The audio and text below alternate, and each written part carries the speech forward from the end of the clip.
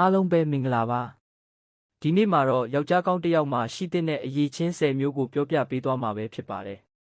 ယောက်ျားကောင်းတစ်ယောက်ဖြစ်ဖို့အတွက်များစွာသောအရေးချင်းများရှိရပြီးထိုအရာများကိုသဘောတူခြင်းအကျင့်ပြတ်ခြင်းမှရှောင်ရှားခြင်းတာဝန်ယူတတ်ခြင်းစသဖြင့်များစွာသောအယူအဆအပေါ်မှာမူတည်နေပါတယ်အထူးသဖြင့်ယောက်ျားကောင်းတစ်ယောက်ဖြစ်တည်ဆောက်သင့်သောအရေးချင်းများကိုအောက်မှာဖော်ပြထားပါတယ်နံပါတ်1တာဝန်ယူတတ်မှုယောက်ျားကောင်းတစ်ယောက်ကမိမိ၏လုပ်ရက်များအပေါ်တာဝန်ယူဖို့လိုအပ်ပါတယ်။ကိုယ့်ရဲ့မိသားစုအလုပ်ကိုင်နှင့်လူမှုရေးအတွင်းသက်ဆိုင်ရာတာဝန်များကိုပြီးစီးအောင်မြင်အောင်ထမ်းဆောင်ရပါမယ်။တကယ်လို့အမှားတစ်ခုခုဖြစ်လာလျင်တာဝန်လွှဲခြင်းမပြုဘဲလက်ခံနိုင်ရပါမယ်။လောကမှာတာဝန်ယူတတ်သူကအနာဂတ်မှာယုံကြည်မှုအပြည့်အဝရသောခေါင်းဆောင်တစ်ဦးဖြစ်လာနိုင်ပါတယ်။နံပါတ်2ရိုးသားမှုနှင့်တမာသမတ်ကြမှုလူမှုပေါင်းတွင်ယုံကြည်မှုကအရေးကြီးဆုံးဖြစ်ပါတယ်။ယောက်ျားကောင်းတစ်ယောက်မှာရှိတဲ့အရာကရိုးသားမှုပဲဖြစ်ပါတယ်။မိမိလုပ်သမျှမှာမျှောက်ပြောမှုမရှိဘဲတကယ်ဖြစ်နေသည့်အတိုင်းဖော်ပြတတ်ရပါမယ်လူတွေအပေါ်မှာရက်စက်မှုလှည့်ဖြောက်မှုဖျက်ဆီးမှုများမှဝေးကွာခြင်းသည်လူတွေရဲ့ယုံကြည်မှုကိုအပြည့်အဝရစေနိုင်ပါတယ်။နံပါတ်3ချစ်ချင်းမေတ္တာနှင့်လေးစားမှုယောက်ျားကောင်းတစ်ယောက်မှာမိမိရဲ့ဇနီးကလေးများနှင့်မိသားစုဝင်များကိုလေးစားတတ်မှုရှိရပါမယ်။တဦး၏အပေါ်တဦး၏သဘောထားတစ်ခုချင်းစီကိုခံယူတတ်ရပါမယ်ဆက်ဆံရေးအတွင်းမှာနှလုံးသားထဲကနေလှူဒန်းတတ်ခြင်းချစ်ချင်းမေတ္တာဖြင့်ပြုစုတတ်ခြင်းကမိသားစုကိုတည်တကျလှုပ်ဆောင်နိုင်ပါတယ်နံပါတ်4ခေါင်းဆောင်မှုနဲ့ဆုံးဖြတ်နိုင်မှု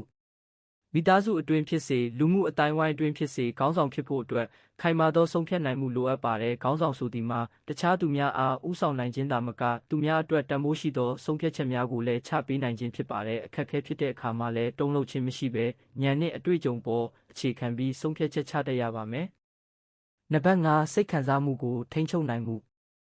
ယောက်ျားကောင်းတစ်ယောက်အတွက်အရေးကြီးဆုံးအရာတစ်ခုကစိတ်ညစ်စရာအခြေအနေတွေမှာကိုယ့်ရဲ့တုံ့ပြန်ခြင်းစိတ်ကိုထိန်းချုပ်နိုင်ဖို့ပဲဖြစ်ပါတယ်ဥပမာကိုယ့်ရဲ့စိတ်ဝင်စားမှုဒေါသမနာလိုမှုတို့ကနေဝေးကွာနိုင်ဖို့ပဲဖြစ်ပါတယ်ယောက်ျားကောင်းဆိုတာအပြင်စင်ကောင်းတဲ့သူမဟုတ်ပါဘူးသူ့အတွင်းကတည်ငြိမ်မှုနဲ့စိတ်သက်ခိုင်မာမှုကသာယောက်ျားကောင်းတစ်ယောက်ရဲ့သက်သေအဖြစ်မြင်ရနိုင်ပါတယ်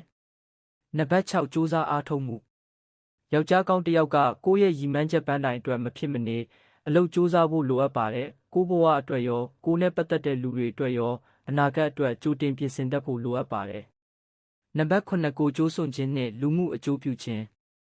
ယောက်ျားကောင်းတစ်ယောက်ကတခြားသူများအပေါ်ကိုလည်းကူညီခြင်းစိတ်ရှိရပါမယ်မိမိအကျိုးကိုသာမစင်စားဘဲအခြားသူတွေကောင်းမွန်ဖို့အတွက်လည်းပါဝင်ကူညီပေးဖို့လိုပါတယ်သူများအတွက်ကူညီတတ်မှုကယောက်ျားတစ်ဦးရဲ့စိတ်ကူးအပြည့်အဝပါဝင်စေရန်အတွက်အရေးကြီးလာပါတယ်နံပါတ်10ကိုယ်ရည်ကိုယ်သွေးဂရုစိုက်မှု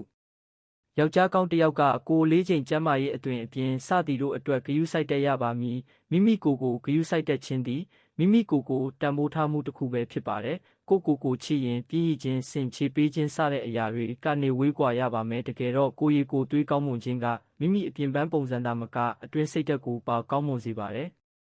နံပါတ်9သင်ယူလိုစိတ်နဲ့တိုးတက်လိုစိတ်ယောက်ျားကောင်းတစ်ယောက်မှာဘဝတစ်လျှောက်လုံးစဉ်းစားတတ်ဖို့နဲ့သင်ယူတတ်ဖို့လိုအပ်ပါတယ်ကိုယ့်အတွက်သာမကမိသားစုနဲ့လူမှုပေါင်းအတွက်ပါအကောင်းဆုံးဖြစ်လာဖို့အတွက်အမြဲတမ်းတိုးတက်လိုစိတ်ရှိဖို့လိုအပ်ပါတယ်လောကမှာသင်ယူလိုစိတ်ရှိသူကသာအမြဲတမ်းအောင်မြင်မှုစီသို့ရောက်ရှိနိုင်သူပဲဖြစ်ပါတယ်နံပါတ်10ယုံကြည်မှုရှိမှုယောက်ျားကောင်းတစ်ယောက်ကမိမိယုံကြည်သောအရာများအပေါ်မှာတည်မြဲပြီးထုံတမ်းကြလမ်းညွှန်တက်ရပါမည်မိဘများကိုလေးစားခြင်းစင်ဆက်မပြတ်ဓလေ့ထုံတမ်းများကိုလည်းဆက်လက်ထိန်းသိမ်းတက်ရပါမည်တကယ်တော့ယုံကြည်မှုဆိုတာမိသားစုအတွက်သာမကလူမှုအတိုင်းဝိုင်းအားလုံးပေါ်မှာများစွာအရေးကြီးပါတယ်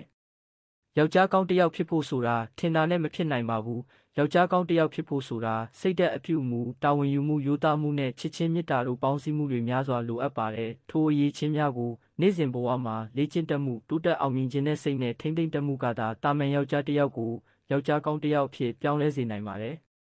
အခုဆိုရင်ဘဝမှာယောက်ျားကောင်းတစ်ယောက်မှာရှိတဲ့အရေးချင်းများကိုသိကြမယ်လို့ထင်ပါတယ်အားလုံးကိုအထူးပဲကျေးဇူးတင်ပါတယ်